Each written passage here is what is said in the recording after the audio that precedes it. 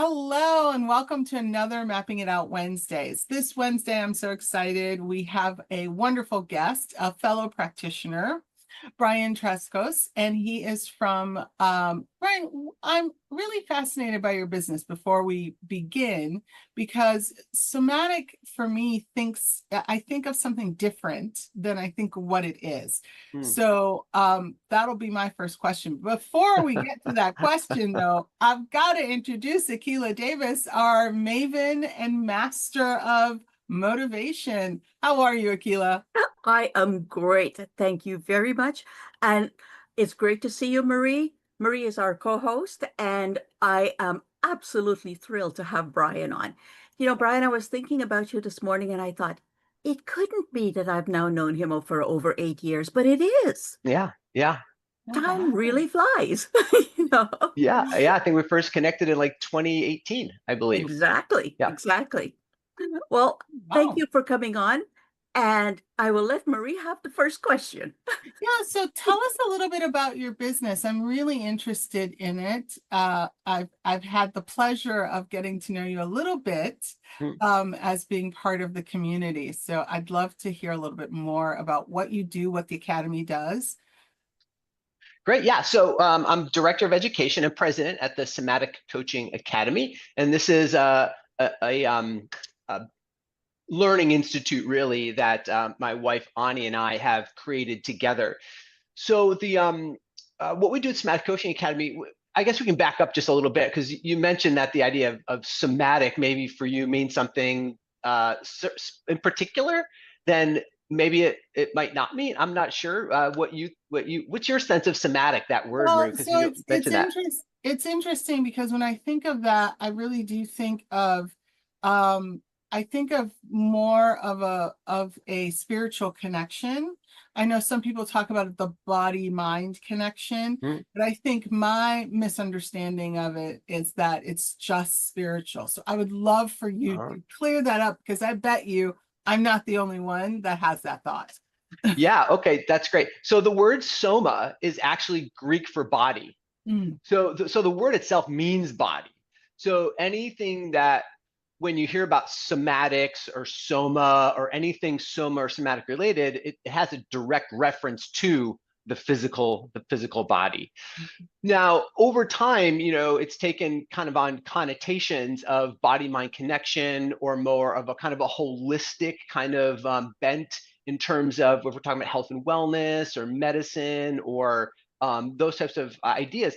But somatic definitely is kind of a holistic kind of understanding. So you can think about it body, mind, spirit.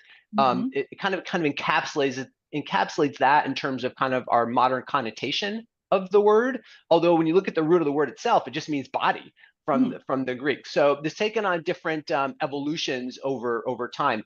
And of course, you might even say too, the ancient Greeks probably when they thought about body, they didn't just think about it as a mechanistic kind of thing the way we do in Western medicine, because in ancient Greek culture, there was always a connotation of a connection between who we are physically, who we are mentally, emotionally, and who we are spiritually. So it wouldn't even have occurred, I think, to the ancient Greeks to split that up the way it was split Yeah. up in the Western, kind of Descartes kind of era, how we kind of disconnected those understandings. So even the root it came out of with just body, there was probably a belief at the time that we weren't just the body anyway. So you kind of see how history kind of uses and batters these terms around.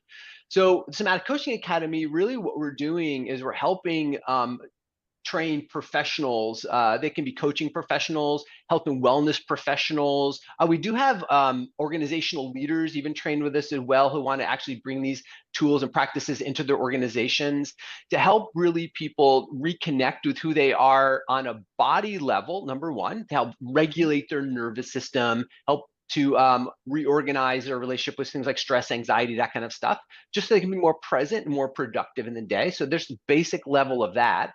And then the next level is kind of helping people to take those basic tools, be able to start consciously kind of directing how they feel in their body, like what their sensations are in the body. A lot we do with sensation based. And this is one of the reasons I love motivational maps, by the way, too.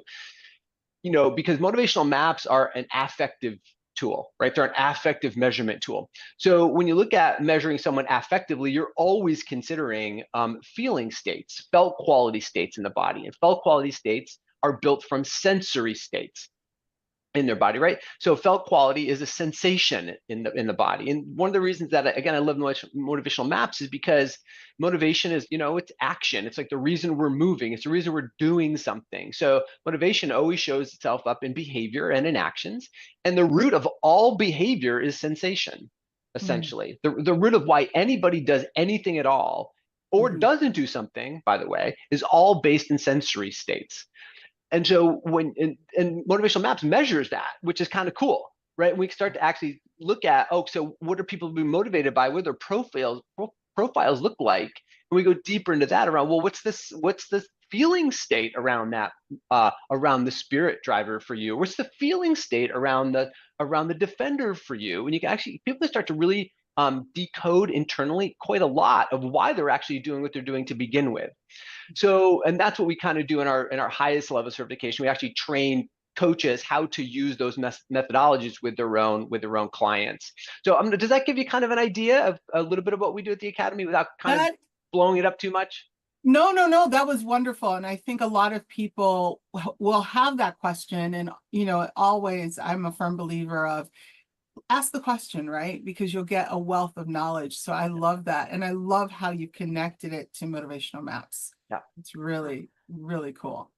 You It know, looks like Akila has a question. Yeah, now I was going to say, Brian, I think I would love to take your course because you are such a good teacher. You are an incredible student and you are an even more incredible teacher. Thank you. Thank you so much.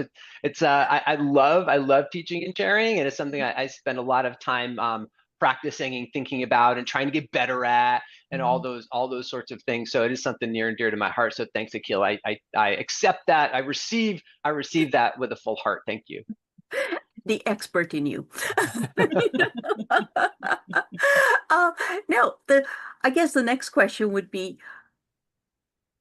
actually, you answered the next question as to why motivational map works in your business.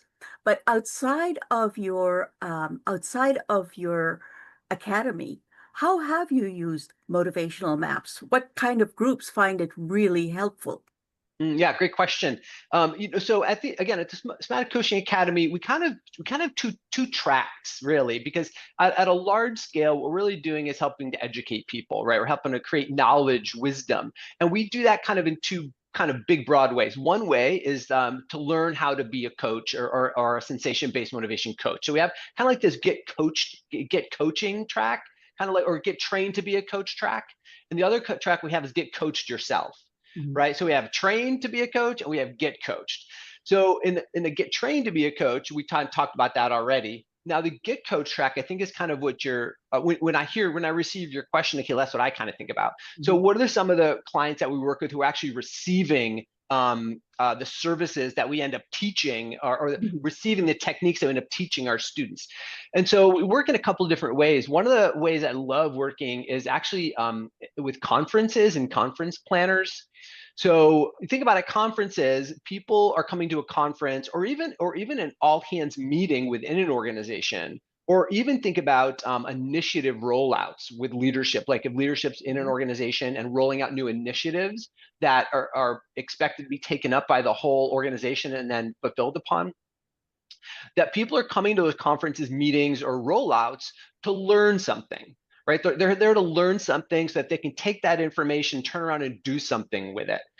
So what I love doing is actually pairing with meeting planners, conference planners, to build motivational maps into their conferences. Because you think about this, someone can come to a conference and the conference planner can lay out like a whole bunch of strategies for people to learn. And if you're not motivated by those strategies, then you're going to leave the conference and feel like you didn't get as much out of it, got less out of it. So what I love doing is pairing with people so that as we're meeting with the organizers, we can actually build into the structure strategies, ideas, techniques, communication that languages to all 9 of those motivational profiles. So that so everybody coming away is like they're motivated by something in it.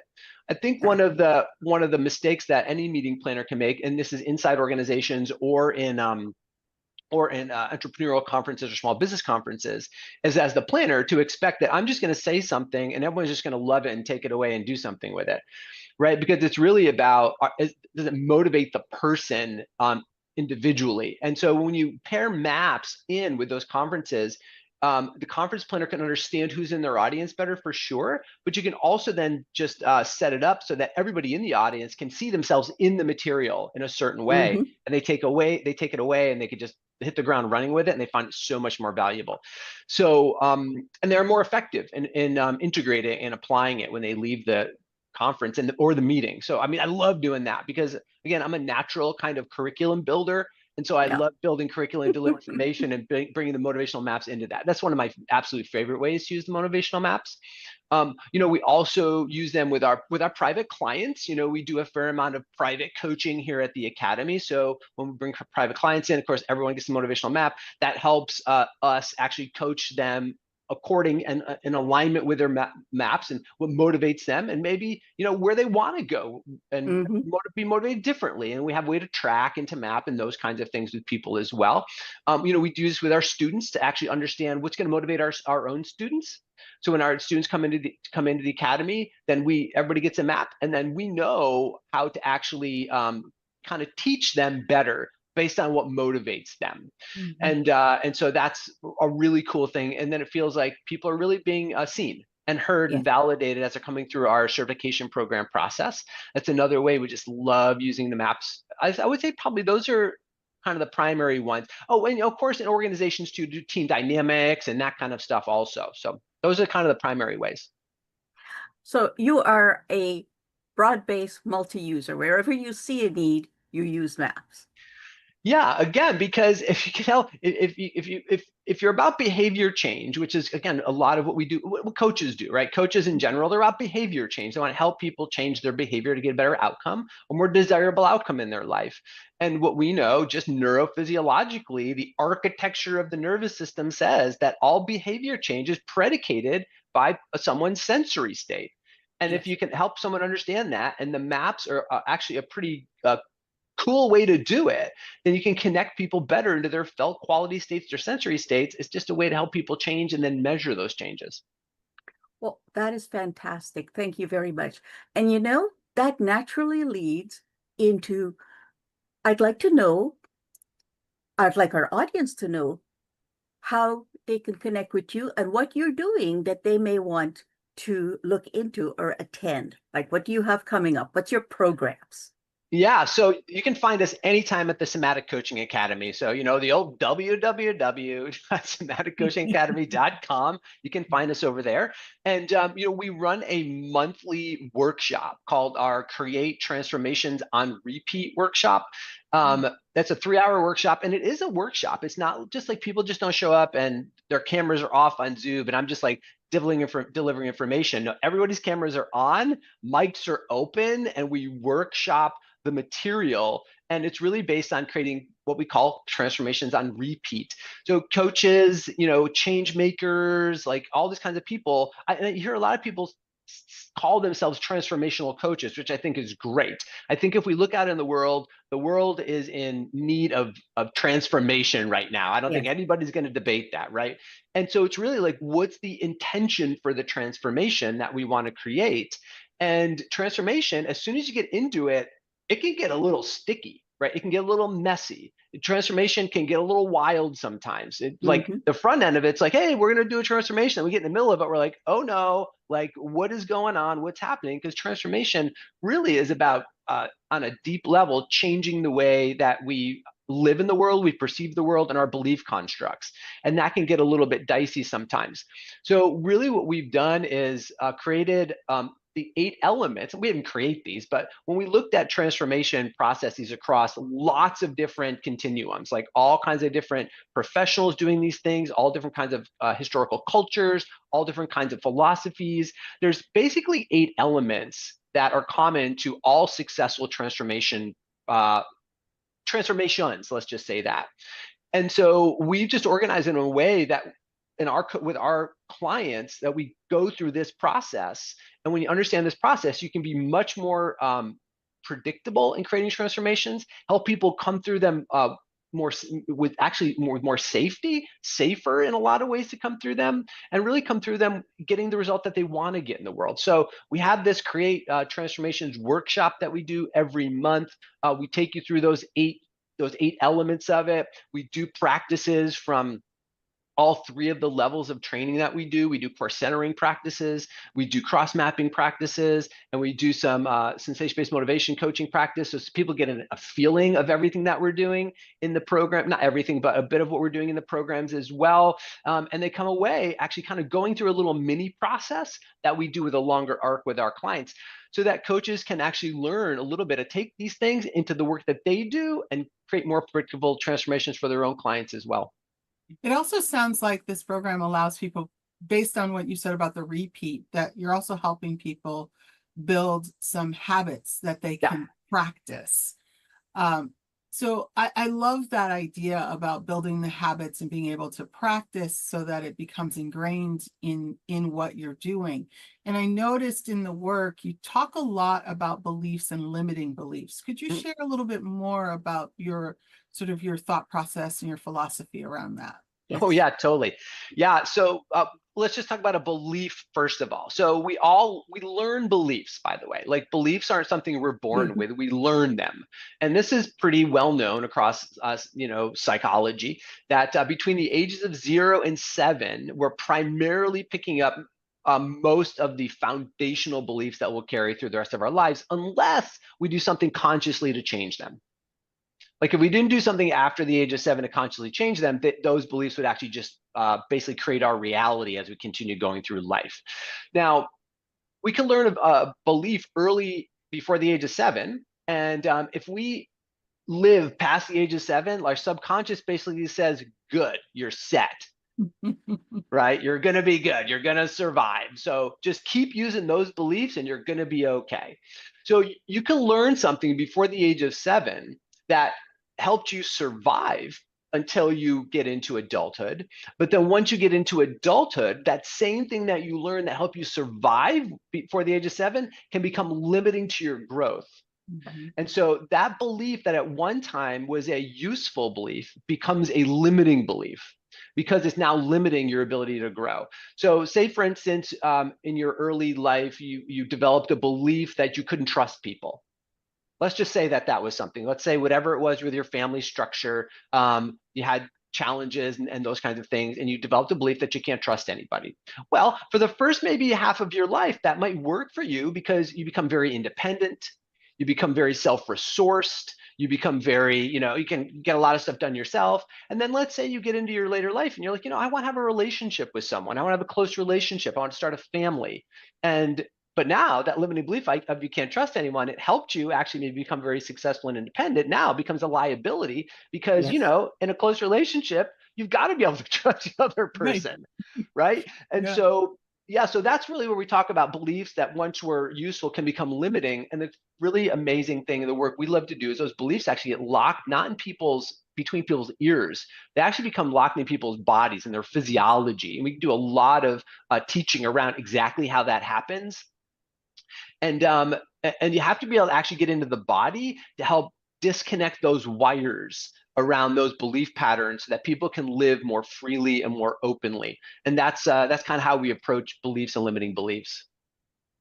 I love that. That was such a great taste of just, Brian, your style of teaching, the way that you're giving the information in a very digestible, easy to understand. I think anyone in the audience that is interested in attending this class, the next class is in October. Is that correct? Yes, October. I don't have it right in front of me right now, but yeah, probably first couple of weeks of October. Let me cheat and see when the next class is. And then, of course, you have yourselves while I cheat. I was going to say, sorry. It's October 7th. October 7th. Great. Yep. And then you have one in November. Do you have one in December as well? December, I think December we might be off just because of the holiday, craziness.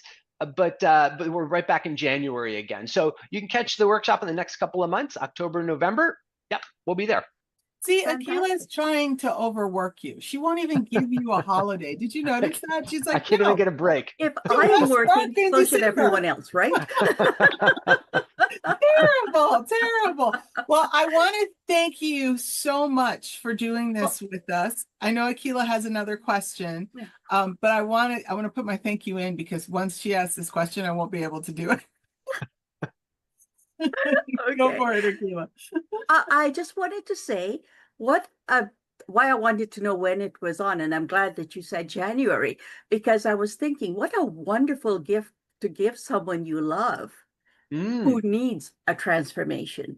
So you can just go to Brian's site, purchase something, and what an incredible Christmas gift the person you love will receive. That's a great idea. I love the way you're thinking about that, Akilah. Right, I love that. Christmas, Hanukkah as well. Hanukkah, Yeah. it's a good Hanukkah gift too. Kwanzaa too. The gift of change. I love it.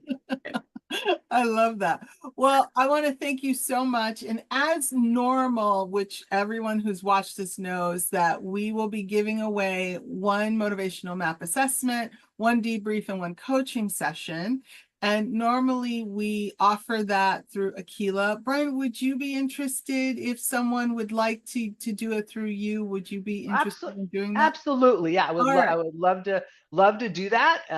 And just with so much gratitude for both you, Marie, and Akilah for inviting me to come on and have this chat with you today. Really appreciate it. It's been super, super enjoyable. And thank you so much for having me here. Thank you. So we will make sure that we have the link to the Google form so you can win one with Akilah, or if you want to win it with Brian, you can win one with Brian. And we will also have links to the October class that Brian just talked about, not December. Ignore Akilah trying to overwork him. And I want to thank you again for coming and sharing your expertise with all of us. This has been really fascinating and interesting. I feel like I might be signing up for this class as well after listening to this. Would love to have you. Love to have you. And Brian, as usual, it's always wonderful having a conversation with you. You're such a fascinating person. Maybe the next time we can have you and Ani on together. Oh, okay. I'll see if I can't draw her out of her busyness and get us. The hardest thing for us is to be both in the same place at the same time, believe it or not. That's one of the, but let's do it. Let's do it. Yeah, Okay. I totally believe that. All right. Thank you again. Take care. And see you next time on Mapping It Out Wednesday.